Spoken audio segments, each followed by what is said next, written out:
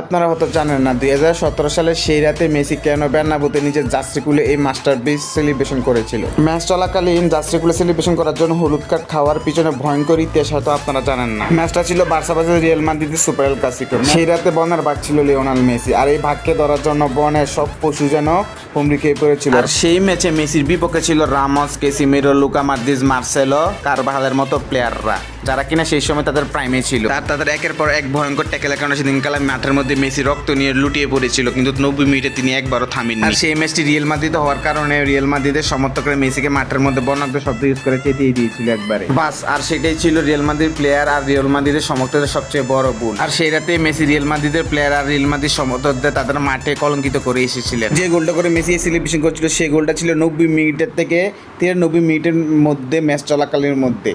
আর সেই celebration Real মাদ্রিদের প্লেয়াররা এখনো বলতে পারেনি। আর সে সেলিব্রেশন করার জন্য মেসি হলুদ কার্ড খেয়েছিল। আর এই হলুদ কার্ডটিকে ফুটবল ইতিহাসে এখনো পর্যন্ত ঐতিহাসিক হলুদ কার্ডদের মধ্যে একটি ধরা হয়।